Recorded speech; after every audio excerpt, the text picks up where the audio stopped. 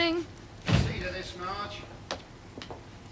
Oh, what is it? Jury service again. Right, and get it deferred. This will be the third time. Why don't you go and get it over with? Oh, and what would happen to the Safian Chemicals empire without me at the helm? The stock market would panic, the pound would plummet, and Wall Street... What shall I tell them? Oh, tell them what I told you. Just wrap it up a bit. You've done it before.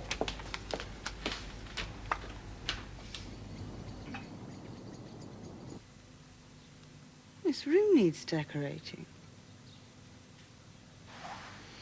Hmm? This room needs decorating. Our whole flat needs doing, really, I suppose. I decorated it less than 2 years ago. You picked the wallpaper. It was nearly 4 years ago. Rubbish. Well, how long have you had the car? I don't know, 3 years, I suppose. You picked the paper up the day you got the new Volvo, remember? Mm.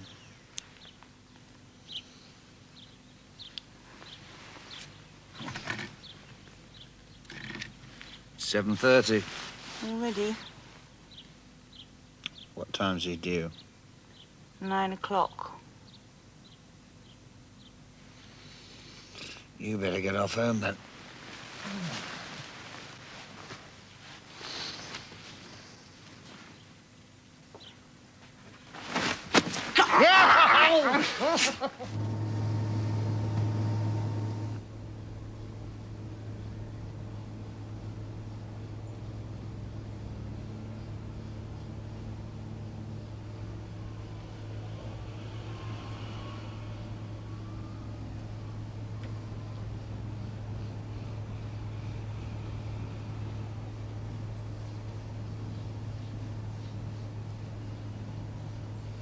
Bradshaw. It's not bloody me. Draft Guinness. Look, it wasn't me this time, honest. It come from over there. It was you. Look, we think I'm a bloody ventriloquist. It's Gordon's pipe. Time we were out anyway. Well done, Bradshaw. Why me, eh? Why bloody me?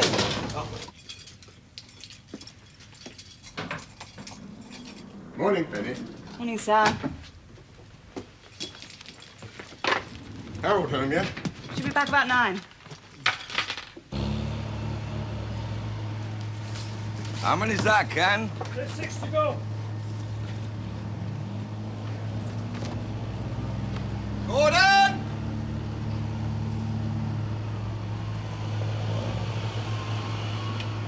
I shouldn't have to keep telling you about not smoking in the yard. That's all right, David. Bloody well not all right. I've told everybody now that smoking is banned now, except in the mess room. And that thing puts out more fumes than ICI. I've been smoking here for 30 years. Look, Gordon, you know I've been warned by the factory inspector. But he's got a sense of humour like a car crash. Nothing's ever happened. Who's that loading that sodium? That's Paul. Paul! Ken! Tell that young pillock to pull his visor down. Has nobody here heard of the Health and Safety Act? Well, you've got to set an example. How can you expect these lads to do it right if they see you old-timers messing about? There's only one way of doing things, and that's the right way. You're right, David.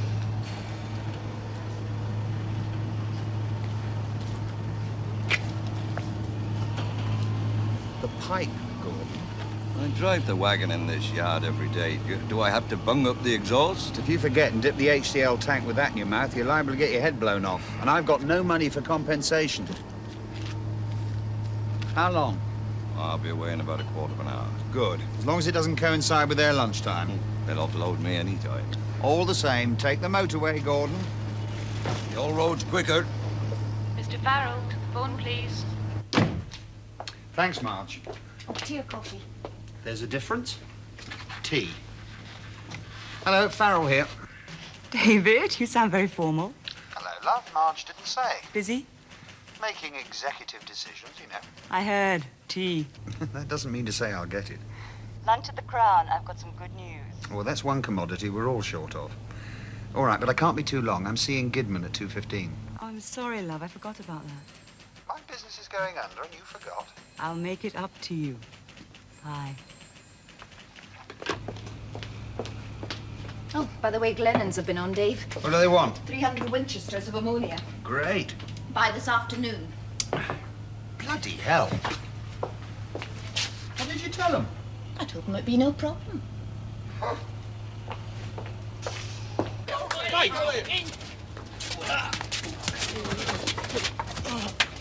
What are you pillets doing? Hey, Dave, you got half the Hammers team here? Yeah, must be worth all of, half a quid. What have I told you lot about playing football? Never pass square in front of your own goal. That's against the Health and Safety Act, Dave. Look, you lot, stop pissing about. It's our break. I'll break your bloody leg if I catch that ball in here again. Oh, there's sort of else we can do in our break, Dave. Listen, you nerks. If you can meet every order this month on time, I'll get you a table tennis table. Balls. What did you say? And bats. You gonna supply them as well, are you? I suppose so. Be like a bleeding youth club. More like Borstal with you lot. Right, 5 more minutes, then back on your heads. I'm watching you, Pele. Hey, hey. Could be 50 or so short. I'll get the lads onto it straight away, Ken. I'll be back mid-afternoon. I'm going to the bank. How's it looking? Grim. The pay rise isn't looking too clever then? This may be no consolation, but you're earning more than I am at the moment. You'll pull us through, Dave.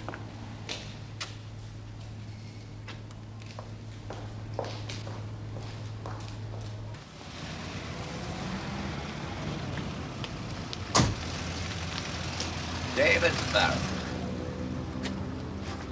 Alf! How are you? Not so bad, and you? Can't complain. How's Charlie? Oh, I haven't seen him in over a year, but I hear he's doing all right. Have you left Sapien then? No, I bought Charlie out. Always knew you'd do well. You would have been works manager if you'd stayed at Carpenter's. Possibly. Well, you must be coining it now. Sole owner.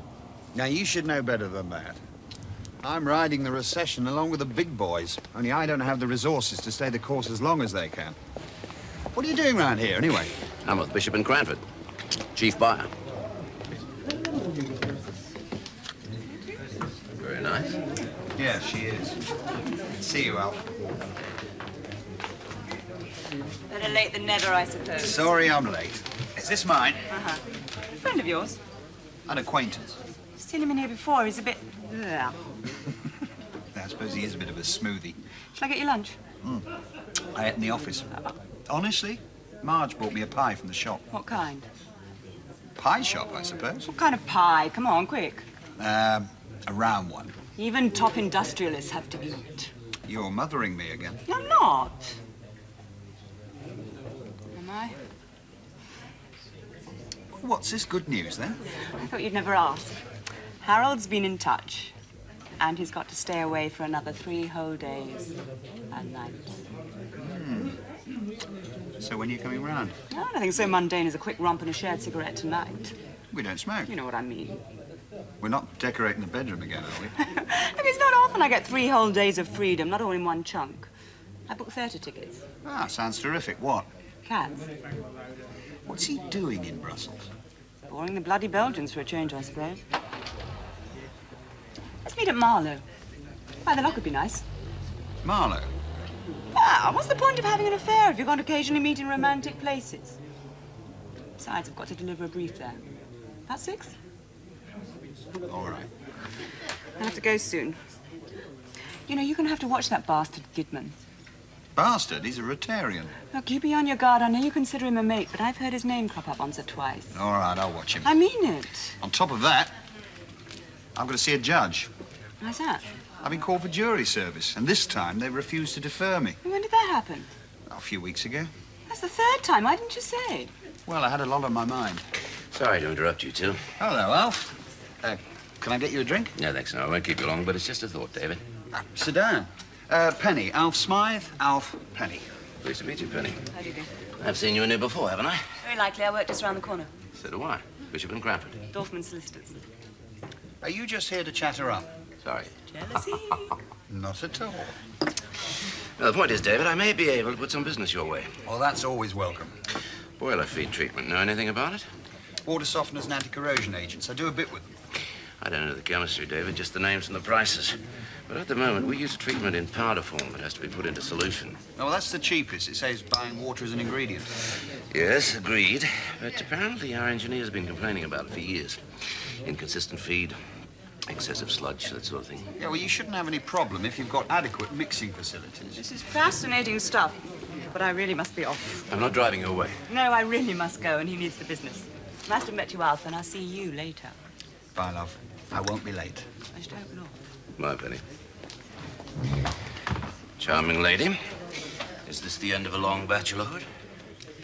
There's a complication, I'm afraid. Where was I? Excessive boiler sludge. Still interested?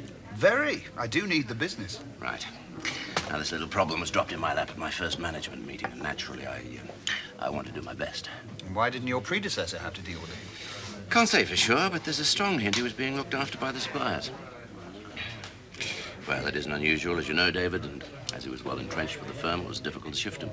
Well, surely there can't be that much money involved. It's not just the local factory involved. The contract goes for the whole group. We're talking a lot of money, David. Tens of thousands. That's a very competitive field, and I could go to the established companies, but, But? well, you're local. You need the business. I want to get on. Stamp my personality on the job. I could swing it. Why don't you do some trials for us? I'd appreciate that, Alf. And if you come up trumps, who knows? We've known each other a long time, David. I'm sure we could work something out.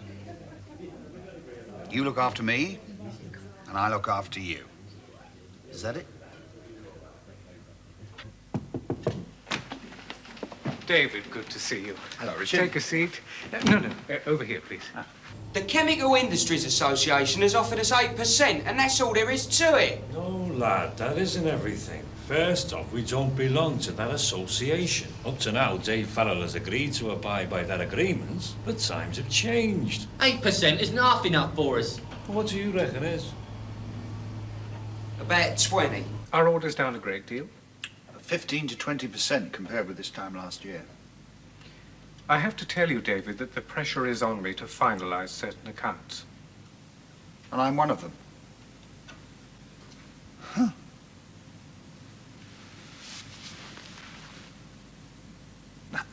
How long have I got, Richard? Yeah, that's right.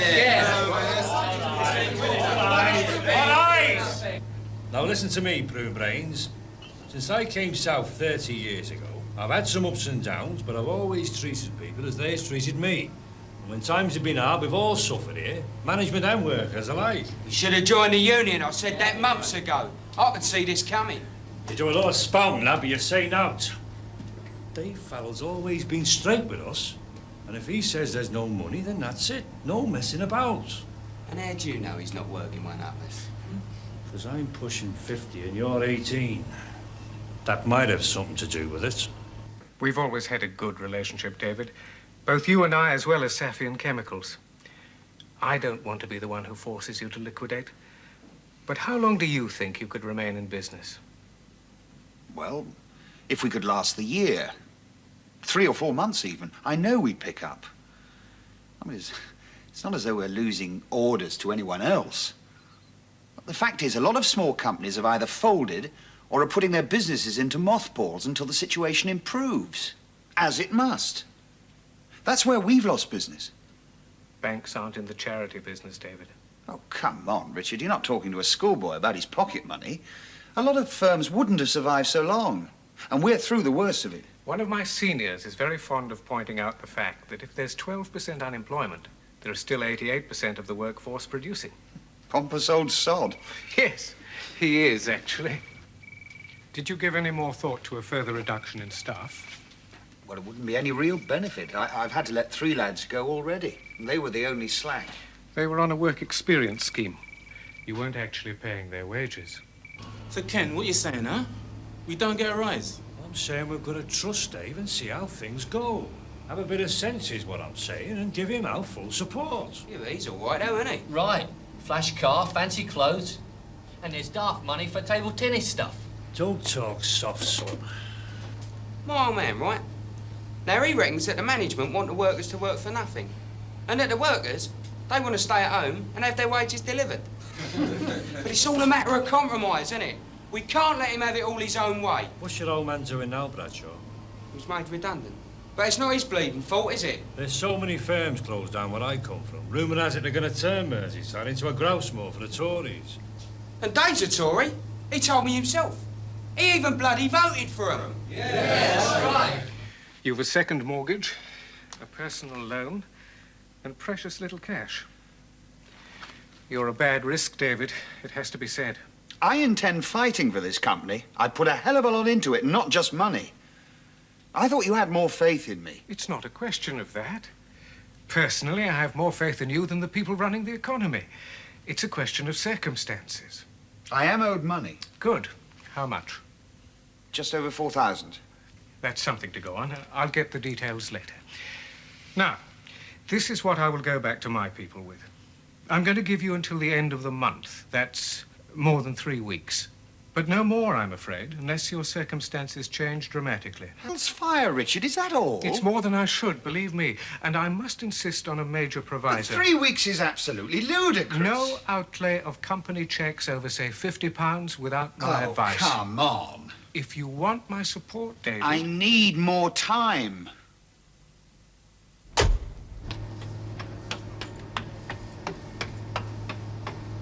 Agreed, then? Why can't you see him now? Because I want to have a word with Gordon first. I know his views, but it's only courtesy. It'll keep till morning. Not a word, mind. I won't see anything. How many Any times... calls? Oh, look, called Malcolm Jarvis rang. Wants you to ring him back. Jarvis? What the hell does he want? Can you get him for me? Ken? Ken! What? Did that ammonia get away? Aye, Gordon's on the rounds. On the old road, no doubt. I have Mr. Farrell for you. Well, I'd have thought you'd have retired to the Bahamas by now. Or Dartmoor. What can I do for you? Nothing. It's what I can do for you. I'm in a position to put some business your way. I am not in the fallen off the back of a lorry market. Oh, come on. I know you're a division up, Dave. But this deal's straight, no messing. Let's hear it then. JTC are after a load of calcium acetate. Don't stock it. I do. Here we go. What's the story, Malcolm? David, it's dead kosher. Just a minute. James. Sorry. JTC are doing a trial run on a new product. They can either use calcium acetate or a poorer salt they already have. Where do I come in? The boffins are pressing for the calcium acetate. And JTC will buy it as long as the price and the timing's right. Otherwise, it's the other stuff. I take it you can't deal with them direct. A little misunderstanding goes back a bit. Now, a well-respected man like yourself. Well, it just so happens my cash flow situation could stand an injection of funds. Oh, cash flow. Listen to the man. I'm skint and I'm making money for you. All right, what are the figures? They need 10 ton, which I've got. I know they'll pay 600 a ton for it. Maybe you'll get more. I can let you have it for 500 a ton. But that's strictly cash in hand. I'll give it some thought, Malcolm. There's no time for that. It's got to be there in the morning or it's too late for their process. Listen, ring JTC. You know them, don't you? I deal with them. Well, there you go. Establish they're in the market, then nip over here and have a quick shift of the other merchandise. Okay, sounds fair enough. But I'll have to speak to the bank to raise the cash. Don't hang about, Dave. They could use the other stuff. I'll be in touch. Marge, get me Gidman, would you?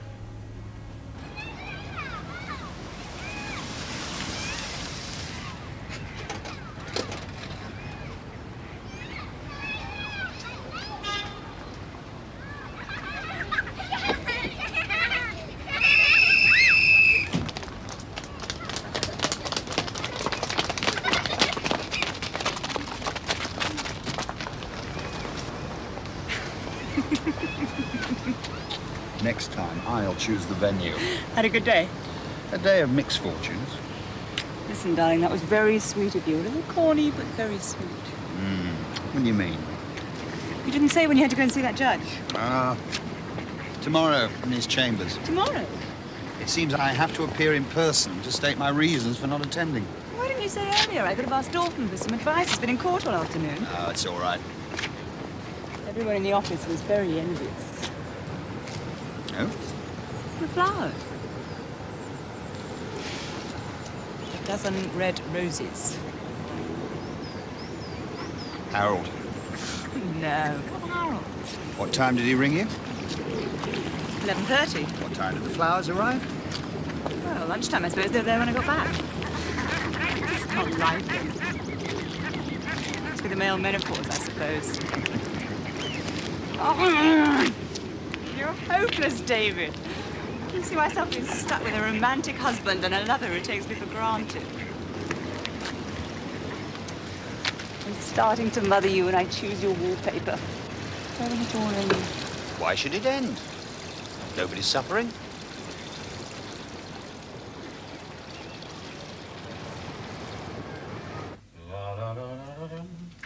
Well, Smythe didn't actually offer you a bribe, did he? I mean, he didn't specify any sum. You were a different person last night. Well, you found out 10 minutes ago that you've got 3 weeks to survive. You going to make anyone redundant? Profit brings its responsibilities. You're not making a profit. Well, I suppose it was just a tiny amount you wanted. It's not the way I do business. And you're going broke. Perhaps all he expects is the odd lunch. Just to be wined and dined occasionally. That's the way everyone does business. Penny, shall I tell you exactly how Alf wants me to do business with him?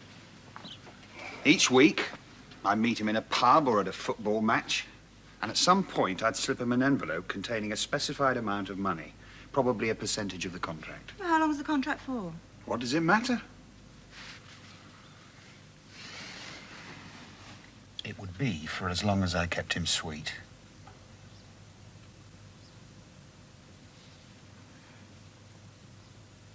Well, I reckon we've been sold down the river.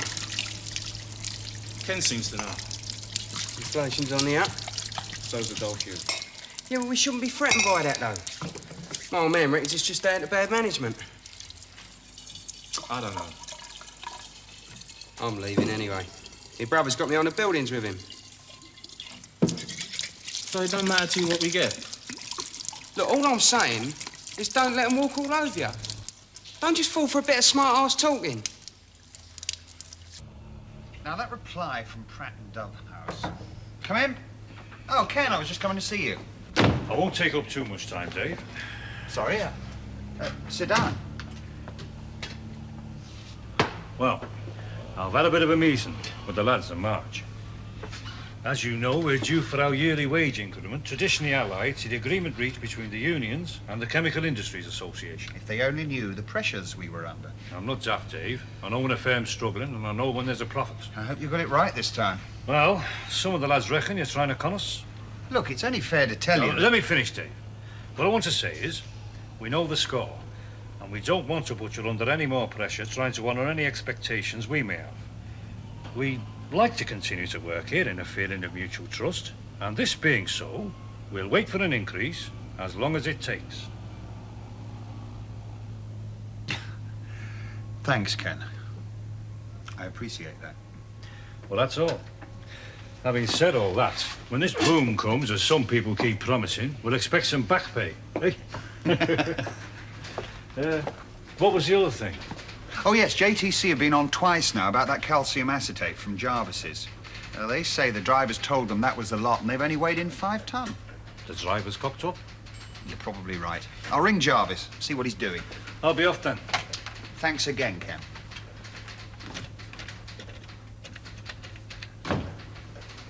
Mr. Jarvis, please. I'm sorry, he's not here. Well, that's all left now, Mr. Farrell. Great. Thanks very much. Farrell.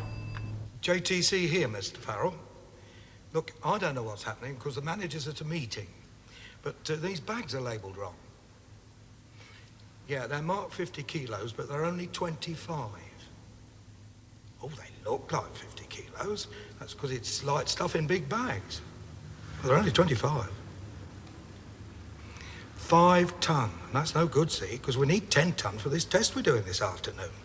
Whatever that is. Nobody ever tells me nothing. How many bags did you say you've got? 200. but only 5 ton. Look, could you leave it with me a moment? My driver's just walked in. I'll ring you back. Bye.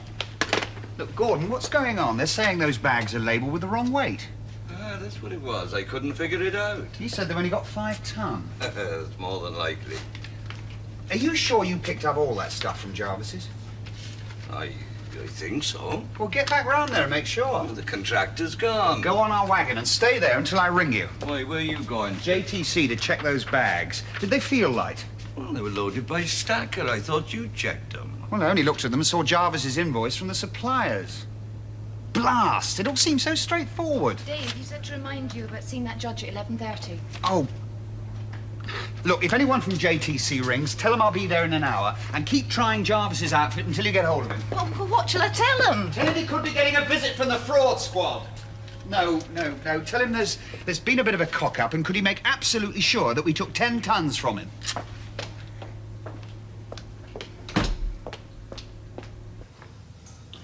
Oh, Mr. Farrell. Yes. Please come and stand in the well of the court. Just there, if you don't mind.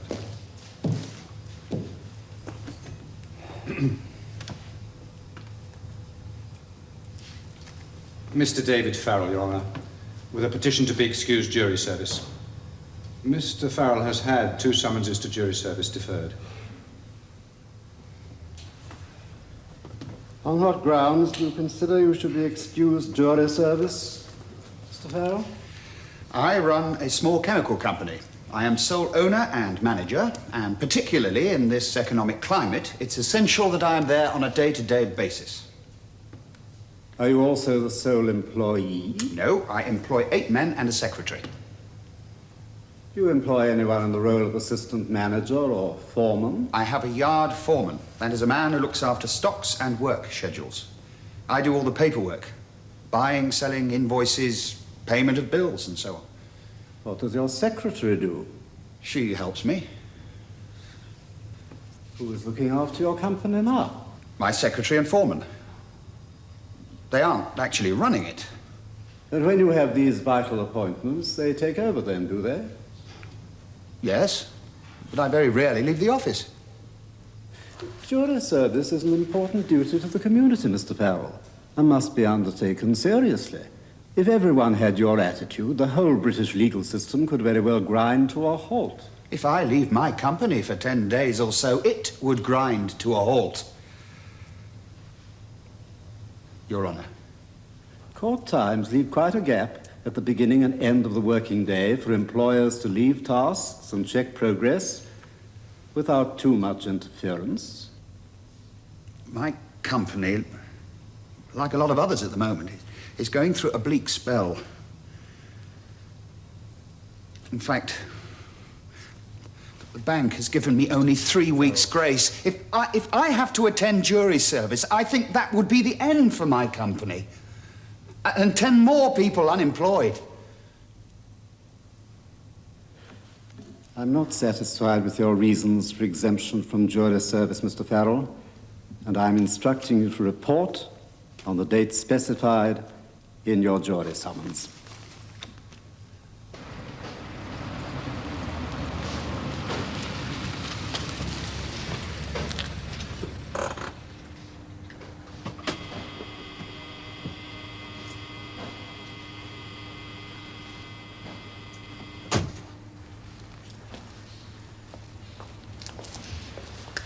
Farrell, Safian Chemicals. Oh, you're the chap who cocked it up, eh? And what's the problem?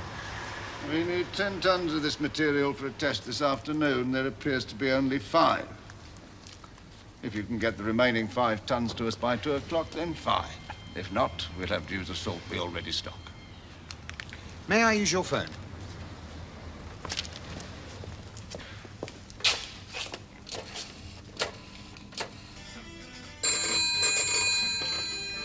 Jarvis Industries? Yes, he is. Hello? How are you taking the lot, are you? Yes, I'm quite sure. Okay. Wants another word with you. Hello? Oh, I'm very sorry, Mr. Farrell, but Mr. Jarvis is away all day. I don't know where to contact him. Honestly? Well, he'll probably ring in. Do you want to leave a message? Yes, of course. Get him to ring me at Sally Chemicals. Tell him it is absolutely urgent.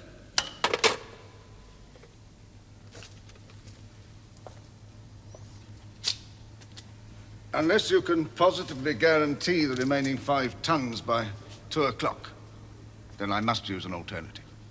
The reactor's ready then, you see. It's very important. I can't guarantee it. I'm sorry. This stuff's no good to us then. Well, could you just take the 5 ton? I'm sorry. It's no use to us at all now. Oh, I didn't know you were back. You all right? Yes, I'm fine. Oh, Mr. Jarvis rang in. Well, thank God for that. Where is he? Oh, he wouldn't say. Well, is he going to ring me? I don't think so. I've explained the situation and he's very sorry. I said it was very urgent. Sorry? Well, what's he going to do about it? Give you half your money back? Well, that's no good. I'm lumber with 5 ton of the stuff I can't sell. Oh, this is hopeless. Oh, he told me he'd have your money ready as soon as possible.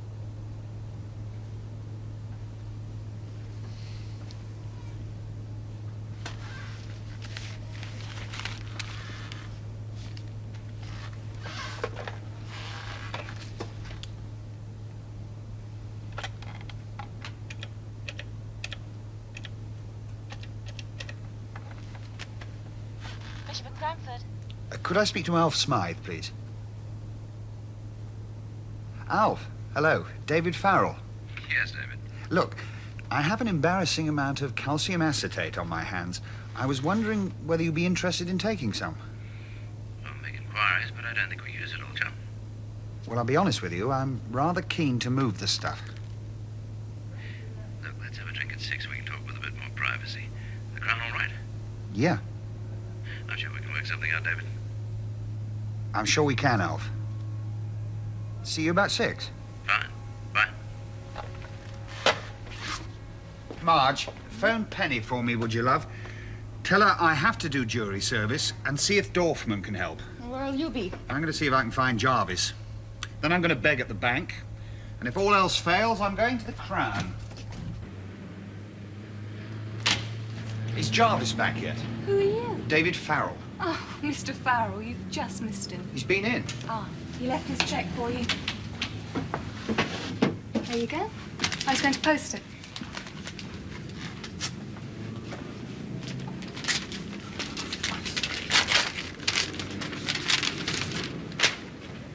That's right, isn't it? Tell him I want the rest of my money and he can have his stuff back, right? Oh, I'll tell him when I see him, but I think he'll be You've away been telling for him a I'm no mood to be messed about. My business is on the brink of going under. And I'm blown if a shark like Jarvis is going to be the final cause. I'll tell him. You make sure you do. Come on, Sam. Surely there must be something you can do. Just as Stotton's an obstinate old beggar. If your friend David rubbed him up the wrong way, he had no chance. But his business is heading for the rocks. Jury service will sink him. Penny, I'm sorry. A judge's word is the law. I'm afraid friend David has just been unlucky. But it's absolutely stupid. It's a genuine case. The world isn't going to stop for 10 days, David. You've got to realize that. I came to ask for an extension of the 3 weeks while I do my civic duty. Not to have my time shortened. You are Sally Chemicals. The possibility of the firm folding, if you don't manage it on a day-to-day basis, becomes a definite probability. Exemption becomes routine. Everyone considers themselves too busy to attend jury service except, say, the unemployed. Oh, there's enough of them. Why not? A true cross-section of the public. Well, stop wasting the time of fully employed people. Save industry money and provide employment. Oh, I'm sorry, Sam. I just don't see it. What? A jury of housewives? Unemployed blacks? Unemployed whites? Skinheads? Penny, I agree. Jury service isn't perfect. Nothing is. But it's the best we've got. Are you sure you don't want any more salmon? I need your cooperation, Richard. My superiors agreed to give you until the end of the month. There was just a chance you could have kept going. But I reiterate that 3 weeks isn't worth anything if you're not there. I'm sorry, David. I have to bring your deadline forward.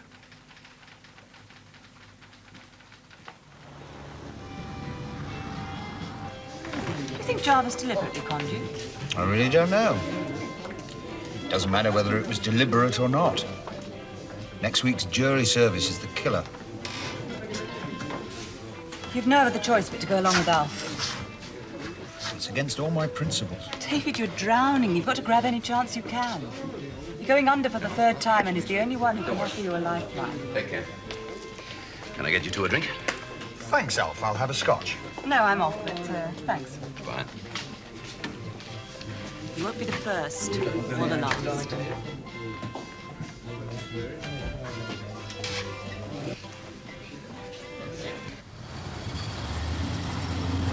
Miss Patterson, do you and did you on Wednesday, the 12th of May, 1982, share a flat with Chloe Jane McCormack at 17B Poynton Place, Amersham? Yes.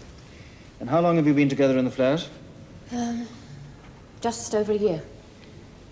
Could you describe to the court the events which took place on the evening of Wednesday, the 12th of May, from, say, 6:30 p.m.? Yes. Well, Chloe was getting ready to go out to meet her boyfriend in London. Would that have been Brown Fuller? Yes, that's right. Please go on. Well, she went out at 7 to catch the tube from Amersham Station, and I stayed in and had a bath. I was going out as well at 7:30 to attend a local meeting. Well, the meeting went on quite late, so I didn't bother to stay for a drink. I came straight back to the flat. And what time was that when you reached the flat? 10:30. How do you know that? I looked at my watch. And could you describe exactly what you found on returning? The front door was open. Did that strike you as strange? Yes, it did. I mean, there's a Yale lock on the door which automatically catches when you shut it. Please go on. Well, I walked into the living room and saw that a lamp had been overturned. Then I thought burglars. The lamp was overturned? Knocked over on the floor. Now, did you notice anything else that was different? Yes, there was coffee spilt all over the floor. And where was the mug? Well, that was lying on the floor as well. I see. Go on. Well, I felt a bit wary. I mean, they could have still been there. But I went and looked in the bedrooms. And was Chloe there? No, I found her locked in the bathroom. When you say you found her locked in the bathroom, do you mean someone had locked her in the bathroom? Oh, no. She locked herself in. I see. What happened next? Well, I tried to talk to her. I asked her what was wrong, what had happened. Did she answer you? She was just sobbing. I kept trying, and eventually I got her to open the door. And what was she like when she opened the door? Well, her eyes were very red from crying. She was very upset. Did she say anything? Not at first. She just stood there. She seemed not to be quite there. What do you mean by that, Miss Patterson? Well, she seemed withdrawn somehow. Ah, yes, I see. Thank you. So I sat her down and asked her why she'd locked herself in the bathroom and why she'd left the front door open while she was crying. But she still couldn't talk. She just kept crying. But she did eventually stop crying? Yes, after 10 minutes or so. And what did she say? What were her first words? She said she'd been raped.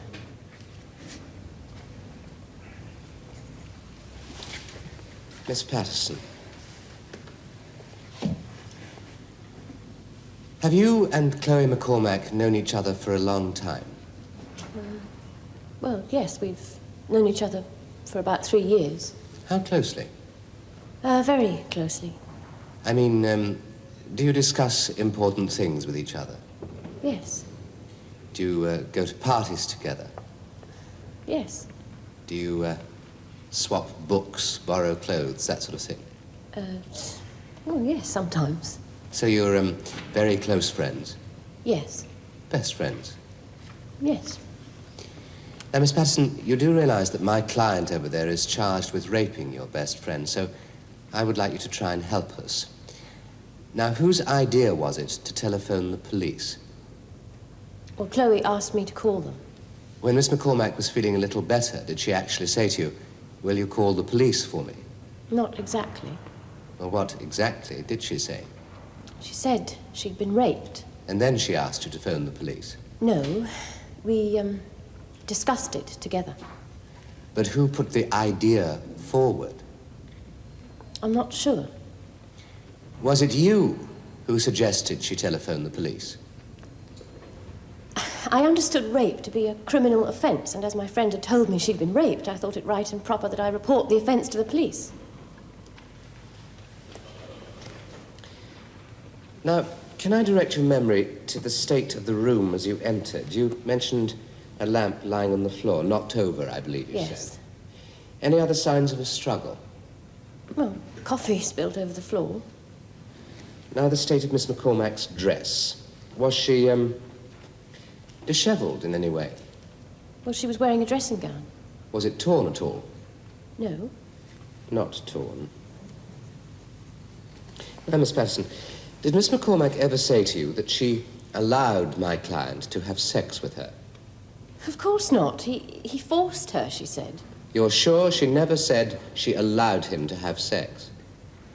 Well, only because she had no choice. Answer the question, Miss Patterson. Did she say she allowed him to have sex? No.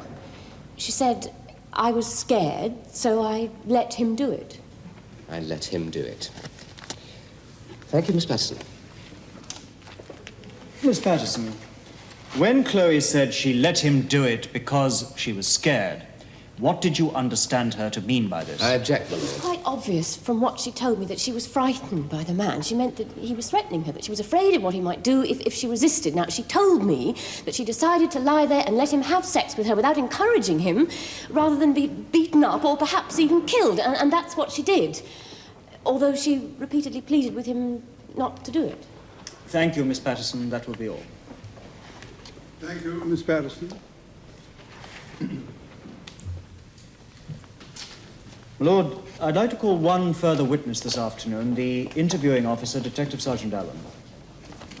Detective Sergeant Allen.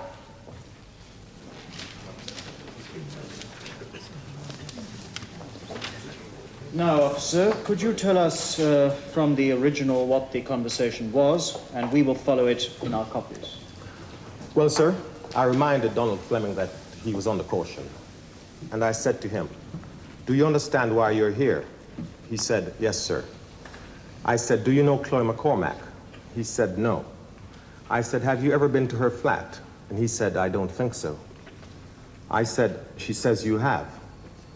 He said, well, I might have been. I said, look, Donald, this is a very serious matter, and I'm trying to give you a chance to tell your side of it. He said, I don't know what to say. I said, just tell us the truth. She says you met her on the train, followed her home, and had sex with her. He said, there's no point denying it, is there? I said, not if you have nothing to hide. He said, I'll try and tell you the truth. I did have sex with her. I said, after you had sex with her, did she lock herself in the bathroom? He said, yes, sir, she did. I said, why do you think she did that? He said, because she was upset. I said, why should she have been upset? He said, perhaps because she didn't want to do it, sir. I said, so you accept that she didn't want to have sex with you? He said, yes, sir. I said, then why did you run away? He said, because I was scared. I said, why were you scared? He said, because I thought she didn't want me to have sex with her. I said, well, Donald, you're going to be charged with rape. Is there anything more you want to say? And I cautioned him again. He said, not really, sir, except I didn't hurt her. That was the end of the interview. And at 7:30 that evening, were you present when the defendant was charged? Yes, sir. And was the charge read out to him? Was he cautioned, and did he make no reply? Yes, sir. Thank you, officer. Detective Sergeant Allen, has Donald Fleming ever been in trouble with the police before? Not to my knowledge, sir. When you interviewed him, did he strike you as a person of below-average intelligence? He seemed perfectly ordinary to me. Not overawed at all by his surroundings, by his situation for the first time in his life in a police interview room. Not that I noticed, sir. He was certainly nervous, but that is not unusual. Was this not a situation in which a person of less than forceful personality was imposed on by you and effectively gave you the answers that you wished to hear? I do not believe so, sir. No more questions. That is the prosecution case, no? Is he guilty? Well, I haven't heard all the evidence yet. He must have formed an opinion by now, then. I feel sorry for him. Him? What about her? If he gets off, he'll be bragging to all his mates about how he had her. I wouldn't be surprised if he had no mates. In 12 months' time, she'll probably still be having nightmares. Oh, I feel sorry for her, don't get me wrong. And what happens if I end up in court for bribing Alf Smythe? Hey, that's something quite different. No, it isn't. But you haven't heard from him yet. I know it's being hypothetical, but you're making it sound like a major crime. Exactly. If you just examine the cold facts, it would be a crime.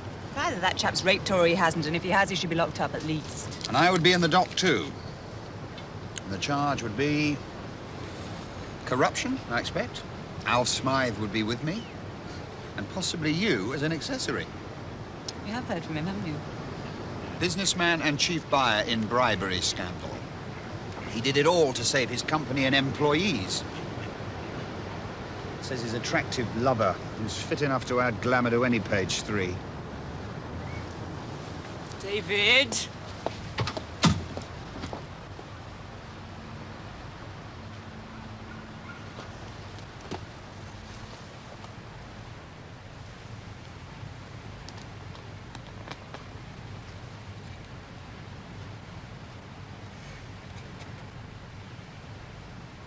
Thank you. You arranged the contract, haven't you? You and me, and Alf Smythe, might just live happily ever after.